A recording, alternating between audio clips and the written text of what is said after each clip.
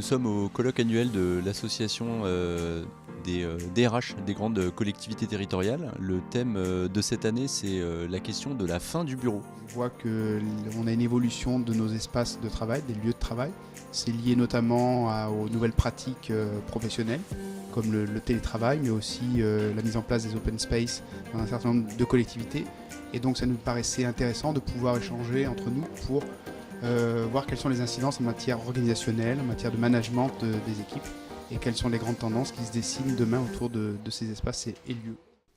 Alors pour ce colloque sur la fin du bureau, ce qu'on voulait, c'était faire venir plusieurs types d'intervenants avec différents profils pour parler de ce sujet. Donc on a des sociologues, on a eu un musicien hier soir, des consultants, des DRH bien sûr, des DGS, des ergonomes, des architectes. L'idée, c'est d'avoir vraiment une vue d'ensemble et que chaque expert puisse parler de la manière dont il appréhende ce sujet que nous, DRH, aujourd'hui, nous devons accompagner au quotidien. Mais le besoin de se concentrer, le besoin de s'isoler, ils sont présents et prégnants. Or, dans beaucoup d'organisations, on les a un peu oubliés dans notre logique de réduire au maximum les mètres carrés. Ma problématique pour une ville populaire de la Seine-Saint-Denis, je pense, c'est de ne pas se couper dans ces réflexions-là, de ces démarches-là, de l'usager et de la majorité des agents. Je parle pour les communes, c'est le monde que je connais le mieux. 70% d'agents de catégorie C, agents pour lesquels les notions de télétravail, les notions de bureau ouvert et de coffee corner peuvent être intéressantes, mais à mon avis ne sont pas la priorité première.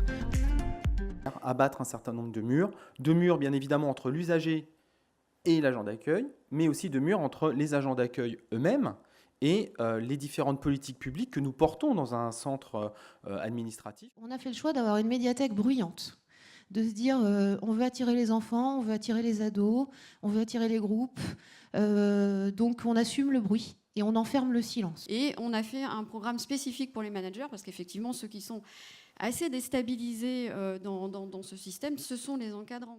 On a décidé qu'on allait laisser l'espace tranquille, et c'est les gens qui vont bouger.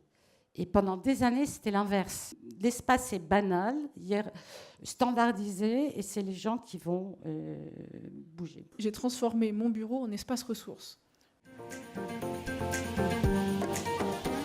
Ce qui était très intéressant avec ce thème, c'est que ça nous a permis non seulement de parler des lieux du travail, mais aussi du coup de nous questionner sur le travail, comment il évolue, quel est le rôle du manager dans ces nouveaux espaces, quelles sont les pratiques managériales qui sont amenées à évoluer. Je suis très heureux de participer à ce colloque. C'est toujours l'occasion à la fois d'avoir accès à des chercheurs sur des thématiques nouvelles. Donc là, on parle de la fin du bureau, on parle de vraiment la transformation de nos modalités de travail. Et donc on peut se projeter dans l'avenir.